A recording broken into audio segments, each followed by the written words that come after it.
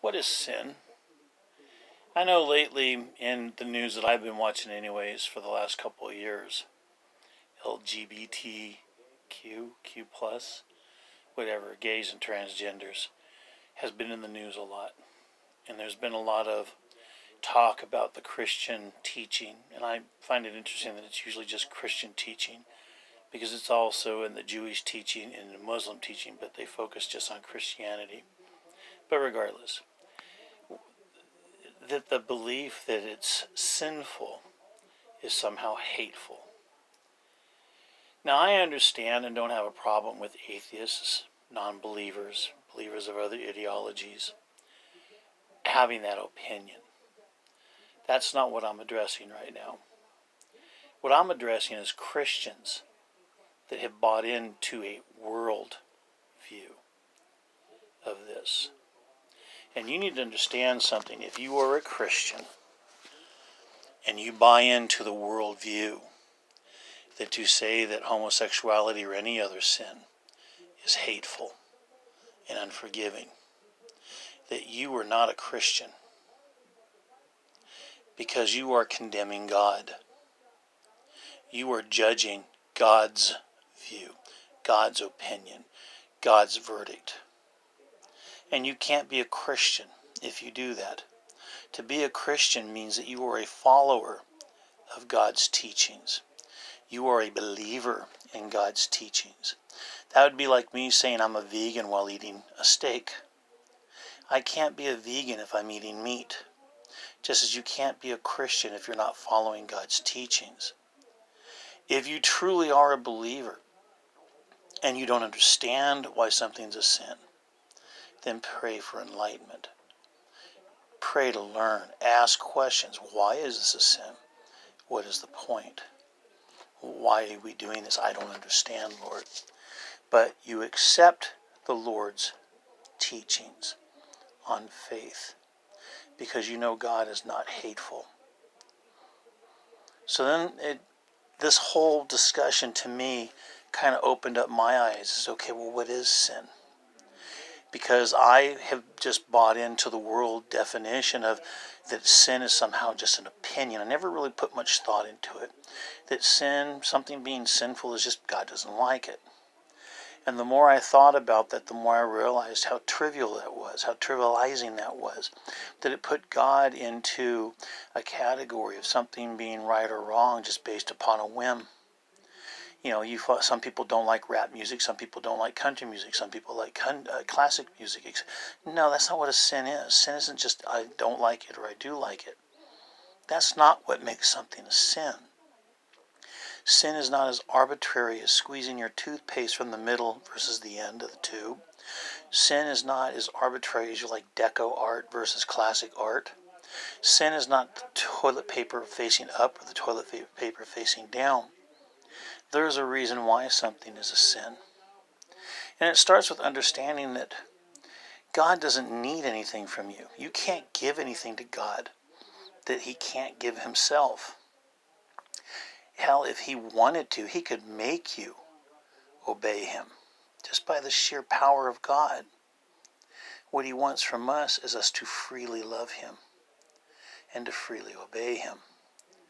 But even to say the word obey him is misleading and gets to what I'm trying to get at, to what sin is. To obey God is to do what's good for us. That ultimately is why sin is so horrible and why it bothers God so much, is because sin hurts us. Sin kills us. Sin causes the problems on this world. When we engage in sin, when we live a sinful life, we are not just hurting ourselves, we're hurting others. That's why God finds it so painful. That's why God hates it so much. He's watching us destroy ourselves. He's watching us harm ourselves and others. Think of it as an alcoholic or a drug addict. I don't hate drug addicts. I don't hate alcoholics. But if I see one engaging in that activity that I cared about, or if they ask me my opinion, I would tell them, you're harming yourself, you're hurting yourself. You'd be better off to stop it. But that doesn't mean I'm going to sit over in front of 7-Eleven and watch people do it to themselves. That doesn't mean that if I have a loved one and I'm watching them do all kinds of horrible stuff and just living a painful life, that I'm going to watch it. I will turn my back. I will walk away. I'm not going to watch someone harm themselves. It's too painful, especially if you love them. So this is ultimately what sin is. I was explaining this to someone the other day, that everything God asks of us is for our benefit. It helps us. It's so funny that when you think about what sin really is, that's how loving and how great God is. Everything He asks for us, everything He asks for us is for our benefit. It's what's best for us. Remember, He's our Creator. He knows what's good for us and what's bad for us. As you can see, I'm a very fat guy. If I got onto a motorcycle that only could carry 150 pounds, how long would that motorcycle ride around on? It wouldn't. It'd burn out, because that bike has specifications that I exceed. It's not a mystery. It's not a surprise when the bike no longer functions, because I got my 400 plus pound body on a bike meant for 150 pounds. Well, that's kind of what sin is. We are designed, we are made in a certain way, and when we exceed our expectations, the specifications, we're going to do damage. And it's predictable damage. And so anyways, that's what I wanted to say about sin. I think it's a different light to think of sin as a disease, as a virus. It causes harm. Well, let me share one more idea before I end, because I like this one. If you come home and there's some food on the table that you really like, you haven't eaten all day and you're famished, and right when you walk in, your parents, your wife, husband, whatever, is walking out the door and says, "Oh, don't eat that," and then leaves. Would you go ahead and eat some anyways?